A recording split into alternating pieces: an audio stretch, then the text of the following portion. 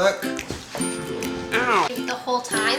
Hey! So if you clicked on this video, you probably have a backyard puppy litter of anywhere from 1 to 12 little fur babies that you now need to find new homes for. We've been in your shoes, we know what you're dealing with, and it can be really stressful, especially if you're closer to the 12 than the 1. What I'm here to do today is help give you a price point for your puppies that should be competitive in the market and help you make sure that you find really good homes. I saved the best tips for the end, of course, to keep you watching, but there are timestamps down below so that you can see all the different tips and skip around if that's what serves you the best. First thing you're gonna wanna do is take a look at the comps on Craigslist and maybe Facebook. I don't know if Facebook lets you post puppies, but I used Craigslist. I was probably looking a week before she had her puppy. You're just gonna wanna take a look and see what the average price is for puppies. I would filter out any of the Pure Breds. If you don't have a Pure Bred dog, I would filter those out. If you're not Make sure you advertise unique traits about your puppies, maybe like why you bred them together or how they interact with each other, maybe who out of the litter is the sweet one or who's the food hog or the bully or the runt. Things like that really help people who are looking for a specific thing. We had a lot of people asking for family dogs that are good with kids and cats. Someone adopts, they want the biggest, baddest one because they want it to be more of a protection dog. Kind of nice to just let people know ahead of time so they know what their options are. Another good tip is to get really good pictures of each puppy and just label it with like male 1, female 1, you know, give male and female so people on the screen really can start to fall in love with the puppies. A lot of times people look for male or female puppies depending on their preference, and that's all they want to look at. So if you show them their options, they go, ooh, I really want, you know, female number 2, and that's the dog that they really come for, and then it's very easy to sell them the dog. I would also advise pricing higher than the lowest you would possibly take. So if you have a certain price where you're like, no, I think that's a low ball for this breed, I would price a little bit higher than that price for sure, because people will lowball or just come in and make you an offer. I had multiple people show up at the house and give me a lower offer when they're there. I also had a guy who on the phone asked if a certain price would be okay before he drove all the way down. I kind of like that option or that approach better.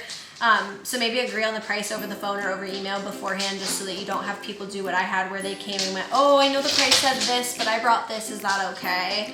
Because it's really hard to say like no to that. It's really hard to be like, no, price is firm when they're in your face. They've driven for a while to come see the dog. Like, yeah, but then on their benefit, as far as selling me, the second the dog that they liked saw them, the puppy was so excited and was in their arms and they were holding it the whole time we were talking. So I felt comfortable that that was a good fit for the dog. So it made it easy also to be like, yeah, it's fine. Because the price is really just there to help make sure the dog goes to a good home and ensure that we're taking good care of them to get them ready for their new home. Pure Breds sell for more than the mixed breeds do. I've seen the Border Collies and Australian Shepherds, for example, going for anywhere from $1,500 to $2,000. So keep that in mind if that's your situation. Getting the feed supply shots, you know, from your local feed store or, you know, larger feed store. Don't get the shots because a lot of vets don't accept them, so they end up giving your puppy the shots twice, and I don't really like that idea. I feel like giving it to them once is enough, so if they're not going to believe you, just skip that altogether for you, so there's no reason to do it. Yeah, and you could go to a different vet and get the shots, but make sure if you're going to do that you orchestrate having the printouts verifying it so that later on the people don't have to contact you and ask for the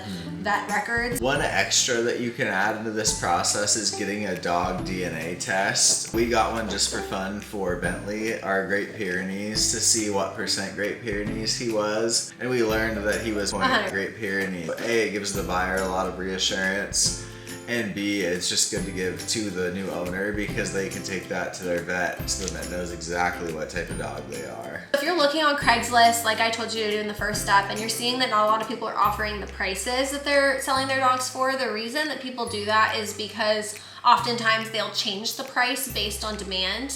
I had a lot of people that reached out to me and would ask me the price and then not respond. I really think that was just some people inquiring because they're trying to sell dogs and they want to see how much I was pricing them at. It's totally okay, and I responded to all of them when they asked. That way you don't lower it and have anybody get upset that they bought their dog for this much and you bought it for that much, because realistically the reason you're lowering the price is because the dog's getting older, they're getting more expensive for you to feed, and also you don't want to get rid of all their cuteness. Like, you want them to go to their new home as a cute dog. Last thing to note is that the market for dogs is very volatile. You'll see dogs going for 1,000 left and right, and then all of a sudden nothing. keep that in mind when you're thinking about pricing your dog. You don't need to be looking at dog prices when your dog is 2 weeks pregnant, because it'll change. I hope this video helped you, especially the person who made this comment the other day on one of our videos. Please don't hesitate to ask your questions down below, or even leave a video request if you have one. We post videos every Wednesday, so subscribe. And when in doubt, love it out. We'll see you in the next one. Bye. Bye, guys.